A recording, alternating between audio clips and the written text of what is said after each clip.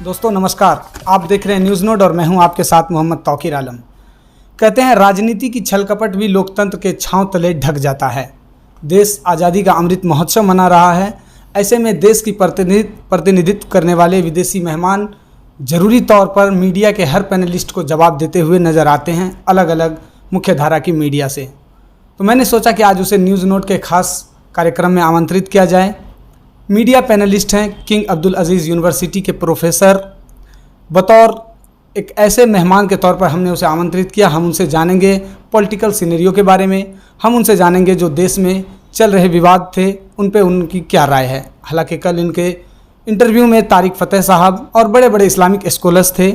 इनकी बात एक अच्छे तौर पे सुनी जाती है, देश भर में एक अच्छी फॉलोइंग है। और last but not the least, Indo Arab Helping Hands के फाउंडर भी हैं। आज हमारे साथ हैं professor doctor Asif Rameez Daudi sir. सबसे पहले आपका बहुत बहुत स्वागत हमारे चैनल में। बहुत शुक्रिया तौकीर। डॉक्टर साहब, आपकी तबीयत कैसी है? मैं बिल्कुल फ़िट हूँ अल्हम्दुलिल्लाह। देश की तबीयत कैसी है? देश की तबीयत भी ठीक है। अब देखें, जब इतना बड़ा देश होता है तो कहीं ना कहीं परेशानियाँ, प्रॉब्लम्स तो होती हैं। हमारी ज़िम्मेदारी बनती है, हर एक हिंदुस्तानी की ज़िम्मेदारी बनती है कि कहीं पे अगर कोई तबीयत ख़राब होती हुई दिखे उसको ठीक करने की कोशिश की जाए। ये आए दिन समय समय पर देश की तबीयत खराब होने की जो बात कर रही है, लेकिन देश आज़ादी का अमृत महोत्सव मना रहा। हमें लगता है कहीं ना कहीं इस अगर पूरे परिप्रेक्ष्य को देखने की कोशिश करें तो देश एक विशाल स्थिति में आ चुका है। ऐसे दौर में लगता है कि आपको इस तरह की जो कनेक्शंस जोड़े जा रहे हैं। कल आपकी जो बरतानिया के उपन्यासकार हैं सलमान रशीदी साहब, उन पर हमला हुआ तो उन पे आपने एक मीडिया पैनलिस्ट को अच्छा जवाब दिया। तारिक फ़तेह साहब से आपकी डिबेट हुई थी, फिर उसके कनेक्शन को कहीं ना कहीं नुपुर शर्मा से जोड़ दिया गया है। तो ऐसे स्थिति में आप क्या कहेंगे? देखें, जहाँ तक सवाल है पूरे देश का और इन तमाम इश्यूज़ का, उसमें होता क्या है, जैसा मैं पहले भी कह रहा था कि आपने अभी ख़ुद अपने एक सवाल में ये बात कही कि देश की स्थिति इंटरनेशनल लेवल पे जो एक इमेज है वो काफ़ी अच्छी है। और ये ऐसा नहीं कि अभी 5 साल 10 साल की बात हो। हमेशा से हिंदुस्तान का जो एक रुतबा रहा है बाहरी मुल्कों में ख़ास तौर से, वो बहुत ही ज़्यादा ऊपर रहा है। अभी हमने देखा है कि और भी ये बढ़ता हुआ दिखा। आप यूनाइटेड नेशन की बात कर लो या आप दूसरे कंपैरिजन कर लो अपने पड़ोसियों की। चाइना एक एक्सेप्शन हो सकता है क्योंकि चाइना की एक अलग पॉलिसी है, चाइना का एक बिज़नेस और मार्केट जो है वो डिफरेंट है। लेकिन आप साथ में देखो पाकिस्तान, बांग्लादेश, श्रीलंका का क्या हाल हुआ ये हम सब जानते हैं। इस तरह से आप नेपाल देखो, तमाम तो आप हिंदुस्तान की जो इस साउथ एशियन रीजन में जो हमारा एक इलाका है उसकी अहमियत बहुत है। बीच में यकीनन हम सब ने देखा कि किस तरह से मिडिल ईस्ट से, गल्फ़ कंट्रीज़ से और तमाम उन जगहों से, मुस्लिम कंट्रीज़ के अलावा भी और कई जगहों से ये आवाज़ें उठी तब जब नुपुर शर्मा का इशू आया। तो उसमें यकीनन बहुत सी जगहों पे परेशानियां आई, बहुत से सवाल उठे और वो एक मामला ऐसा रहा जो अंतर्राष्ट्रीय मंच पे कहीं ना कहीं एक झुकाव देखने को मिला। लेकिन मैं जैसा कह रहा था कि आप कहीं भी बात करें, देश की बात करें, तो प्रॉब्लम्स रहती हैं और एक ज़िम्मेदार जो सिटीज़न होता है उसकी ज़िम्मेदारी ये होती है कि वो पॉजिटिविटी को प्रोमोट करे। अगर आपके आसपास नेगेटिविटी नज़र भी आती है तो हमारा ये ज़िम्मा बनता है कि हम किसी भी तरह से अपने रोल को समझें, अपने राइट्स को तो हम जानते हैं, अपने ड्यूटीज़ को भी समझें। और जब हम अपनी ड्यूटीज़ को समझने लगते हैं तो कहीं ना कहीं हमें लगता है कि चीज़ें और हालात बेहतर होती हैं और होंगी। होप रखना चाहिए और हम बहुत होपफुल हैं कि हमारा जो एक हमारे मुल्क के अंदर जो गंगा जमनी तहज़ीब का एक मामला रहा है वो हमेशा से बरकरार है और आगे भी बरकरार रहेगा और रहना चाहिए। सर, आप फॉरेन पॉलिसी एक्सपर्ट भी हैं। आप विदेशों में रहते हुए भारत की गतिविधियों पर अपनी पैनी निगाहें रखते हैं। आपको क्या लगता है, जब वैश्विक मंचों पर, वैश्विक स्तर पर भारत के बारे में ये धारणाएं बनाई जा रही हो, ऐसे परसेप्शन बनाए जा रहे हों, तो क्या लगता है कि देश इस स्थिति में है कि देश आज़ादी का अमृत महोत्सव मना ले? किस तरह की पर्सपेक्टिव की तरफ आपका इशारा है। मेरा पर्सपेक्टिव ये है कि अगर न्यूयॉर्क में सलमान रशीदी साहब पर हमला होता है तो उसके कनेक्शन को फिर नूपुर शर्मा पर लाकर तार तार कर दिया जाता है। आपने पाकिस्तान को कल टेररिस्ट ठहराया था आज तक के डिबेट में, उस पर आपकी सफाई में चाहता हूँ। और नूपुर शर्मा से सलमान रशीदी का क्या कनेक्शन है? देखें, होता क्या है कि जब आप मीडिया की कुछ ख़बरों को देखते हैं या जब आपको लगता है कि कुछ माहौल बिगड़ता है, तो आप भी जानते हैं कि कई जगहों पे टीआरपी के लिए, कई और इश्यूज़ के लिए कुछ ऐसे इश्यूज़ लाए जाते हैं, उसका कहीं ना कहीं से कनेक्शन दिखाया जाता है। कई जगहों पे कई ऐसे कनेक्शंस जुड़ते हुए भी दिखते हैं और कई जगहों पे बहुत ही गलत वो साबित होता है। अभी आप जब नूपुर शर्मा के केस की बात करते हैं और उसको सलमान रुश्दी से जोड़ना, ये मेरे ख्याल से बहुत ही ज़्यादा मुनासिब नहीं है, क्योंकि वहाँ जो चीज़ हुई वो एक अलग चीज़ हुई। कल मुझसे एक सवाल पूछा गया था आज तक पे कि ये जुमे के दिन ही वहाँ पे क्यों हुआ, आपके अमेरिका के अंदर जो सलमान रुश्दी पे अटैक हुआ। मैंने बहुत ही सीधा सा जवाब दिया जिससे आपके व्यूअर्स को भी इससे अंदाज़ा लग जाएगा और उसमें शायद मेरा जवाब भी शामिल होगा। वो ये था कि मैंने कहा, देखें, जुमे के दिन ये अटैक हुआ, पहले तो मैं उस अटैक की निंदा करता हूँ, क्योंकि हमारा मज़हब या कोई भी मज़हब या इंसानियत या मैं ख़ुद इस चीज़ को बिल्कुल भी इनकरेज नहीं करता हूँ कि किसी की जान ली जाए। या माफ़ करना एक अलग बात है, माफ़ी होनी चाहिए, और अगर सज़ा मिलनी चाहिए तो कोर्ट है, रूल ऑफ लॉ है, उसके हिसाब से होनी चाहिए। तो मैं उस अटैक को कंडेम करता हूँ। लेकिन जुमे के मामले पे मैं ये कहना चाहूँगा कि जब आप जुमे की बात करते हैं तो वहाँ तो ऑर्गेनाइजर्स ने प्रोग्राम को उस दिन एक कोइंसिडेंटली उसको ऑर्गेनाइज़ किया और इत्तेफाक से वो जुमे का दिन था, उसी दिन वो अटैक हुआ, तो उसको जुमे से जोड़ना मेरे हिसाब से कतई मुनासिब नहीं और मैं उससे बिल्कुल भी एग्री नहीं करता हूँ। तो इस तरह के जो माहौल बनते हैं, तो आपको भी पता है, आप खुद एक बहुत ही इंथुजियास्ट क्या कहते हैं मास कॉम का कोर्स कर रहे हैं और आपके अंदर मैंने वो जज्बा देखा है। आपको भी पता होता होगा कि मीडिया के अंदर बहुत सी चीज़ें ऐसी चलती हैं, बातें आती हैं, लेकिन मुझे लगता है कि पब्लिक जो है, वो आम जनता बहुत ही समझदार है, उनको समझने की ज़रूरत है। और हमें किसी के वर्गलाने पे या एक इन जनरल भी, चाहे जो सलमान रुश्दी पे अटैक कर रहा हो, चाहे नूपुर शर्मा का मामला हो, हमें किसी भी हालत में अपने जज्बे को, जोश को और इस चीज़ को वो बेहोशी की आलम में नहीं जाना। होश में रहते हुए चीज़ों को देखना है, कानून क्या कहता है वो देखना है, मुल्क के अंदर संविधान है, इन चीज़ों को समझते हुए चीज़ों को आगे बढ़ाना है, किसी भी तरह से अपने आपे को नहीं खोना है। इसी तरह से अगर जैसे मीडिया के अंदर कोई ऐसी खबरें आ रही हैं जो आपको लगता है कि आप उससे कहीं मिसगाइड हो रहे हैं, आप समझदार हैं, आप सही चीज़ों को समझिए और सही डायरेक्शन में जाइए। हमें लगता है हमारे जर्नलिस्टिक इथिक्स की जो आप गुणगान गा रहे हैं, इसके आड़ में कहीं जो हमारे मूल सवाल हैं वो ना दब जाएं। सेकंड लास्ट सवाल पे आते हैं, क्योंकि इसके बाद मैं पॉलिटिक्स पे आ जाऊंगा, क्योंकि आप भी ऐसे जिले, ऐसे राज्य से आते हैं जिनकी रगों में सिर्फ पॉलिटिक्स दौड़ता है। आप बिहार से आते हैं, खगड़िया से आते हैं। आपने जुमे की नमाज़ की बात की। ये जुमे की नमाज़ का जो मसला है ना सर, ये वैश्विक स्तर पर नहीं है। अगर भारत के अंदर इस संदर्भ में देखा जाए तो अगर भारत में कहीं पर एक समुदाय के लोग जुमे की नमाज एक कोने में आधे दर्जन लोग भी पकड़े जाते हैं तो उसे गिरफ्तार कर लिया जाता है। और ठीक उसी रास्ते पर कांवड़ यात्रियों के लिए एक रेशमी रास्ते, एक रेड कारपेट बिछाया जाता है, हेलीकॉप्टर से उन पर पुष्प वर्षा की जा रही है। ये दोहरा चरित्र अगर इतना हद तक गिर जाए तो फिर मुस्लिम की क्या संभावनाएं हैं देश के अंदर? और अगर ये हिंदू राष्ट्र नहीं है तो हिंदू राष्ट्र की परिभाषा क्या है आसिफ सर आपके हिसाब से? देखिए, जहाँ तक आप हिंदू राष्ट्र की बात कर रहे हैं, तो ये जब भी जिसकी सरकार बनती है, आप देख रहे हैं कि हर किसी का अपना एजेंडा होता है।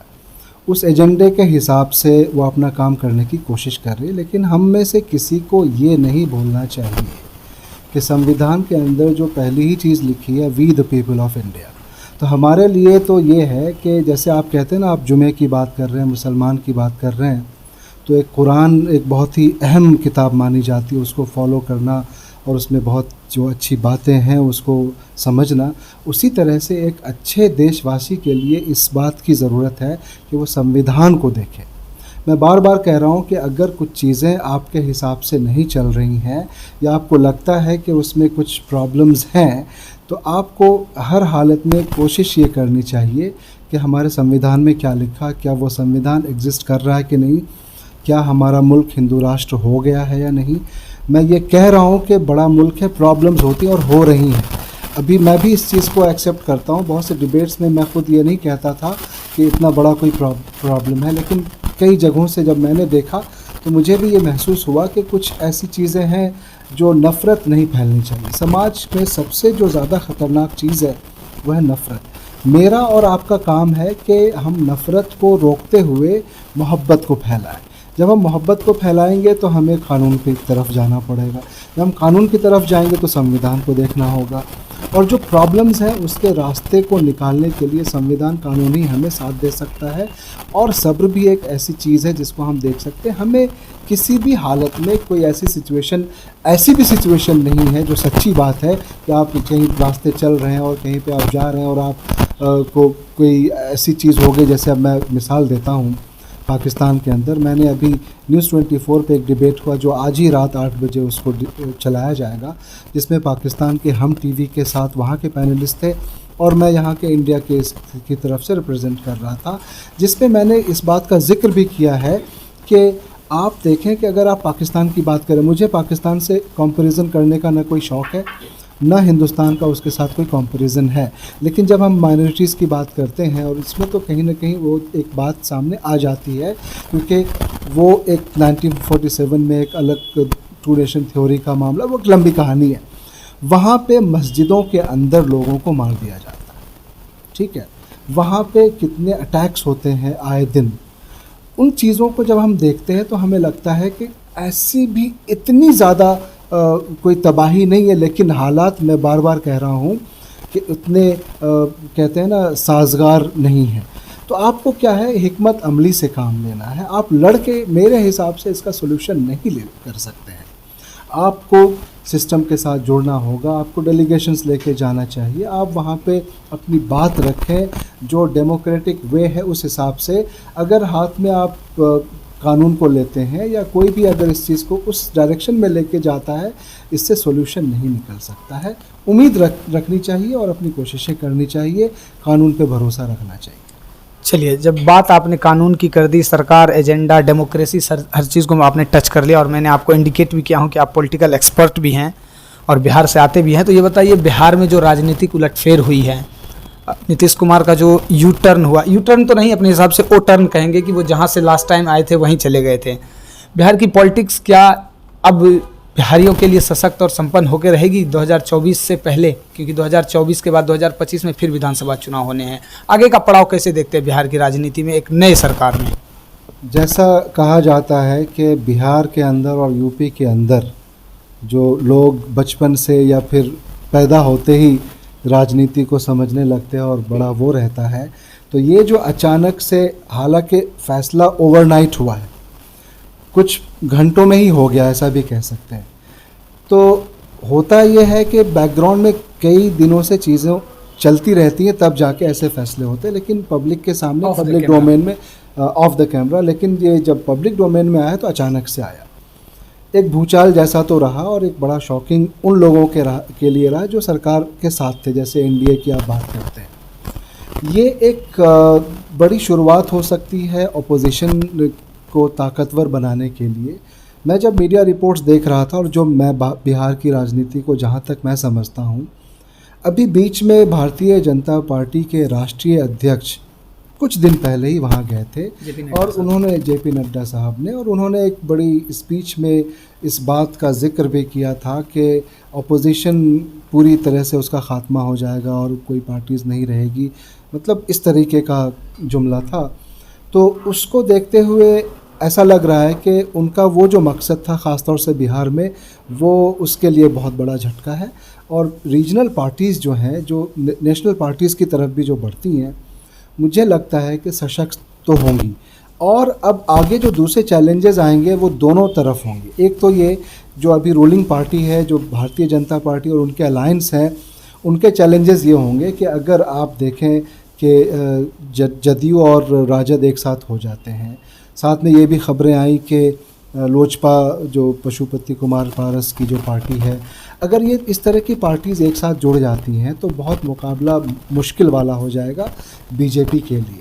और अगर ये माहौल बनता है और आगे चल के वो यूपी की तरफ भी जाए या इस तरह से धीरे धीरे दूसरे स्टेट्स में जाए, बंगाल की सिचुएशन आप जानते हैं कि वहाँ पे ममता ने अपना पूरा किला बहुत मजबूत बनाया हुआ है, तो आगे जो जब आप पार्लियामेंट्री इलेक्शन की जब बात आएगी, जब एमपीज़ के इलेक्शन की और फिर जब प्रधानमंत्री के बनने की और सरकार बनने की बात आएगी, उस तक में माहौल बनते बनते एक चैलेंज इनके लिए अपोजिशन हो जाएगा। लेकिन अपोजिशन का जो चैलेंज होगा सबसे बड़ा वो ये है कि इसमें एक यूनिटी कैसे बरकरार रहेगी। ठीक है, अभी आपने देख लिया, आप खुद कह रहे हैं कि यू टर्न था, ओ टर्न था, जो भी था। पॉलिटिक्स में कोई भी चीज़ परमानेंट नहीं होती है, ना कोई परमानेंट दोस्त होता है, ना कोई परमानेंट दुश्मन होता है।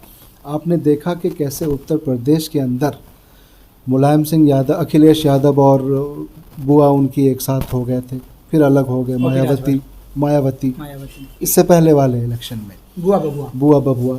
कैसे आप देख रहे हैं कि बिहार के अंदर एक बार तो अचानक से चाचा भतीजा एक साथ हुए, फिर एक दूसरे के ऊपर लांछन लगाना शुरू हुआ जब वो अलग हुए, फिर दोबारा एक। तो ये अब मैं इसलिए ये कह रहा हूँ कि कोई भी चीज़ परमानेंट नहीं होती पॉलिटिक्स में। कल को अगर मान लिया जाए कि जब ये खबर आ रही है कि नीतीश कुमार कहीं पीएम के कैंडिडेट हो सकते हैं, मुझे लगता है कि मकसद यही है, इसी वजह से ये सब चीज़ें अभी आई हैं। दूसरी तरफ आप देखेंगे कि ममता बनर्जी है, और भी कई नए चेहरे आ सकते हैं, केजरीवाल अपने आप को उस सामने ला सकते हैं। तो आपस में ये यूनिटी कहाँ से आएगी? अगर ऐसी यूनिटी दिख जाती है तो आप समझिए कि बहुत ही रोमांचक वो जो एक इलेक्शन का माहौल होगा वो बहुत ही डिफरेंट होगा, और दोनों ही अपोजिशन के लिए और रूलिंग पार्टी जो अभी दोनों के लिए मुश्किलें बहुत ज़्यादा हो जाएंगी। आपके सवाल में जो है कि बिहार में अभी अपोजिशन जो थी पहले, ख़ास तौर से तेजस्वी यादव, उसको बहुत फ़ायदा होने वाला है और वो बहुत सशक्त हो गए हैं और आगे भी हो जाएंगे। सर, आप भी राजनीतिक लाभ से होते हुए आप भी अखिलेश यादव, शरद पवार, केसीआर, सुखबीर सिंह बादल, हर सारे ओपोजिशंस का आपको जिक्र करना था। सवाल यहाँ से शुरू होता है, तो क्या भारत जो बिहार की अब सामाजिक आर्थिक परिस्थिति है, जो सोशियो इकोनॉमिक कंडीशंस है बिहार के, उनमें तबादला होने जा रहा है या नहीं 2025 से पहले? ये मोटा मोटा सवाल है और अंतिम सवाल है। बहुत मुश्किल है। आप देखें बिहार के अगर पॉवर्टी लाइन की, बिहार में रोज़गार की, ठीक है, लोग कहते हैं, पहले कहते थे जंगल राज है, फिर नीतीश के सुशासन बाबू की बात चली, लेकिन हकीकत जो है उसकी बात होनी चाहिए। बिहार के अंदर एजुकेशन की बहुत सख्त ज़रूरत है, बिहार के अंदर तालीम को और ज़्यादा बढ़ावा देने की ज़रूरत है, और इन चीज़ों पे काम होना चाहिए जो उस लेवल पे नहीं हो पाया है जैसा लोगों ने उम्मीद किया था। आगे कितना वक्त लगता है ये भी कहना मुश्किल है। जो ट्रैक रिकॉर्ड है, ठीक है, आप कुछ तरक्की वहाँ पे देख सकते हैं। अभी मैं गया था एक दिन के लिए बिहार, फिर मैं कई और जगहों पे भी मेरा जाना हुआ, और 8 दिन मैं पूरे बिहार के दौरे। आप कर्नाटक भी थे तो वहाँ की भी परिस्थिति वो भी मैं बताऊँगा अभी। तो उसमें क्या हुआ कि ठीक है, रोड्स अच्छे हुए हैं कई जगहों पे, कुछ चीज़ें बदली हुई मिली हैं, और जो एक कहते हैं ना, पहले कुछ लोगों को डर लगता था कि पता नहीं रास्ते में आप रात में जा रहे हैं, बहुत पुरानी बात कर रहा हूँ, तो क्या होगा, वो तमाम माहौल नहीं दिखता है। लेकिन आपको चाहिए 2 वक्त की रोटी, आपको चाहिए रोज़ी रोज़गार चाहिए, आपको इल्म चाहिए, तालीम चाहिए। उन तमाम चीज़ों पे जितना एग्रेसिवली काम होना चाहिए, मुझे लगता है इवन नीतीश कुमार की सरकार में वो नहीं देखने को मिला है। अब ये दोनों साथ जुड़ गए हैं, और आपको मैं बताऊं चैलेंजेस और होंगे कि सेंटर में दूसरी गवर्नमेंट है, ठीक है, और यहाँ पे अब ये 2 अलग हो गए, कितना सपोर्ट कैसे मिलता है, ये तमाम टेक्निकल चीज़ें हैं जिसमें चैलेंजेस बहुत होंगे। मैं बहुत ज़्यादा उम्मीद तो अभी नहीं रख रहा हूँ कि अचानक से कोई मैजिक हो जाए और कोई जादू की छड़ी आ जाए और वहाँ पे रोज़गार आने लग जाए और पॉवर्टी लाइन कम हो जाए, लेकिन उम्मीद तो रखनी चाहिए। हो सकता है कि कुछ आगे बात बेहतर हो, देखते हैं क्या होता है। चलिए सर, बहुत बहुत शुक्रिया। आपने हमें और भी बातचीत करनी थी लेकिन इंटरव्यू लंबा हो गया। आपने हर चीज़ को काफ़ी डेमोक्रेटिक वे में, संविधान के दायरे में, लोकतांत्रिक पद्धति से आपने चीज़ों को बताया। आपने विपक्ष की भूमिका के साथ साथ विपक्ष को क्या करना है क्या नहीं करना, इन पे आपने मोटे मोटे शब्दों में इनकी व्याख्या की। आपने ये बताया कि नुपुर शर्मा के केसेस को लेकर के जो भारत की छवि पूरे वैश्विक स्तर पर बनाई जा रही है वो क्या है, उसका एक समूचा खाका आपने हमारे समक्ष रखा। बहुत बहुत शुक्रिया हमारे साथ बातचीत करने के लिए। आप देख रहे थे न्यूज़ नोट, मैं हूं आपके साथ मोहम्मद तौकीर आलम।